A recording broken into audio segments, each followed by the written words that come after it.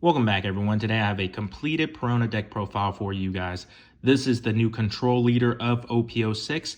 Now, I will start this video by saying that this control is not as good as Sakazuki control, because in Sakazuki, you simply have to reduce the play cost and then spin cards to the bottom of the deck, which nobody can do anything about, or KO it.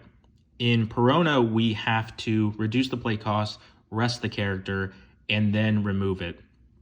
So the control isn't as good, but there are other reasons that make this deck just as competitive, such as the two engines that feed into each other that we play in this deck, making it extra consistent, and then along with the boss cards that we do play.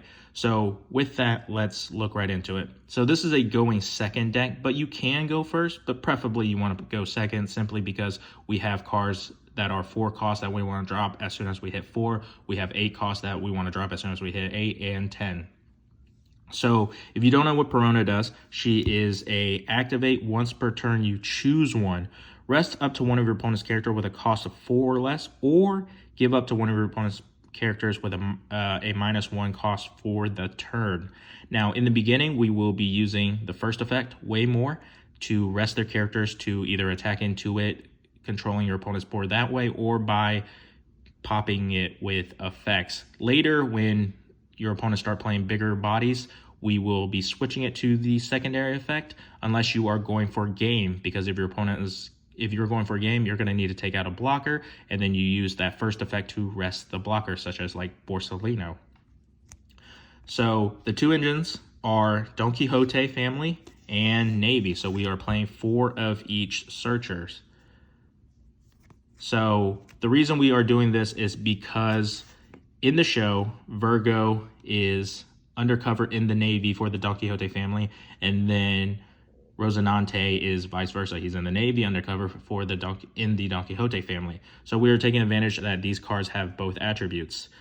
So we have the 4 Baby 5, which is your Jewelry Bonnie. Search top 5 for Don Quixote family. Don't worry about throwing this out simply for it to get killed as soon as you do your search, because you do want to start going ahead and racking up your boss cards, which is your 10 cost Dofi. Now for brand new, his trash isn't as important for this deck as it would be for most black decks. Unless you are playing against Sakazuki where they are spinning your stuff to the bottom, we do need to fill up our trash as well for our Gecko Moria play. But other than that, he is your searcher for the Navy. And he is also a optimal target for your 8-cost Moria. Then we have 4 Suru. She's a 2K counter. And if you really need it, give up to one of your opponent's characters -2 cost during the turn at a hand. Now, I do like to play her at a trash if I do need it. So I drop a Gecko Moria, play a Suru for my 2 or less, and then play like a Ryuma for my 4 or less, popping something. But usually that only comes up if I don't really need a blocker. Otherwise, I really do like dropping out Morias to get a blocker. But she's there if you need it. Then we have your 4 blocker Don Quixote Rosinante, like I said, Navy and Don Quixote Pirates. And he's a 2 cost, which means you can pull it out for your Moria. We have cards in this deck that are blockers that are both 2 and 4 or less, so that we have stuff to target for our Gecko Moria. 2 Helmepos, cheap card to drop out, especially if I am at 10 cost and there's something really big that I want to get rid of. I can drop this out and still play my Gecko Moria. So on play, give up to one of your opponent's character -3 cost during the turn. And I like this better than Hina simply because it is targetable on the smaller target part of the effect for Moria, and it has a counter. Next, we have 4 Tashigi, another card to reduce play cost, but still in here for the 2K counter. Then, of course, we have 4 blocker Borsellino. I love having this in trash after using it, and then just pulling it out for free for Gecko Moria. Of course, for the new cards is the Ryuma. This is one of the key components for the early board control. It is the new type of card that came out in the set where you have a 4 cost, no counter, 6K that have a on play / on KO effect that came out in this set. simply so your opponent doesn't want to KO this, so you get to keep a body. So I think this is one of the better ones. So like compare it to the yellow Okiku, where it's on KO. Your opponent doesn't really want to KO it, but we get an immediate effect off of Ryuma because it is an on play, which is KO up to one of your opponent's rested character with a cost of 4 or less. And we do still have that neat on KO, and you get to trigger it again.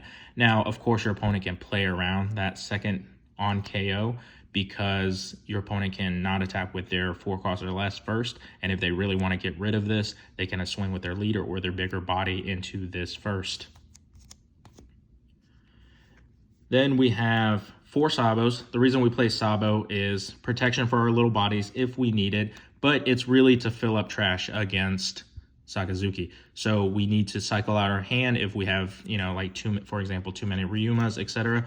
We can go ahead and toss them in the trash because we're going to be able to pull them out of trash to play. So the draw 2, trash 2 is really important. And then everything else is just a bonus. Him being a beefy blocker, him giving protection, all bonuses. Next, we have X-Drake. He is searchable because he is Navy, and he is just like Ryuma, so on play, KO up to one of your opponent's rested character with a cost of 4 or less. So same stat line for 6k power. He does cost 1 more, that's why I like Ryuma, especially that's why we like to go second. Your opponent plays something, we rest it, we KO it. But he does have a counter, so you can toss it. But he's not playable out by Moria. So good and bad, but we do need more cards that can KO. So that's why we have to play both this and Ryuma. Next we have our 4 Virgos. So he is Navy and Don Quixote. Never really dropping it out for the Dawn ×1. This character cannot be KO in battle. I mean, he's really small for a 5 cost. So we're really doing it because he's a searchable 2k. Then, of course, we finally get into our bosses. So, of course, 4 Gecko Moria. Gecko Moria is choose up to one of your characters with a cost of 4 or less, and up to one character with a cost of 2 or less. Color does not matter, which is insane. So you can start mixing your green and black, or if you really need to. I like to play out blockers, so I play out like Borsellino and Rosinante, even though Rosinante might be rested.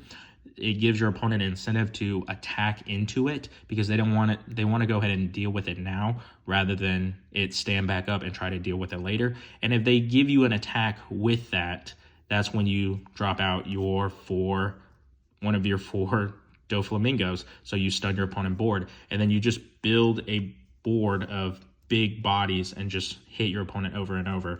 So the way to optimize doing that is to hopefully keep yourself at a low damage early in the game. So that's, if you can block it, go ahead and block it. So try not to take more than 2 damage before you get into your 8 cost turn, because sometimes your opponent's just going to hit you really hard. And if they're also establishing a board, it's going to be a lot harder for you to defend, especially if they are playing removal cards to remove your blocker instead of swinging into, and then you use the blocker to take the hit. So that is the deck profile. Let me know what your guys thought, what you guys think we should try out. I did try out Great Eruption, and I did try out Ice Age. I think Ice Age was actually a lot more helpful, but when I did do Ice Age, I did have to commit the turn into killing something rather than I could have dropped a 10 cost Dofi to stunning it. Now that only came up when the big body stand down at me was just played, so I couldn't rest it. So you have to make that choice. All right, let me know your guys' thoughts, and thanks for watching. I'll have gameplays of this out sometime later this week.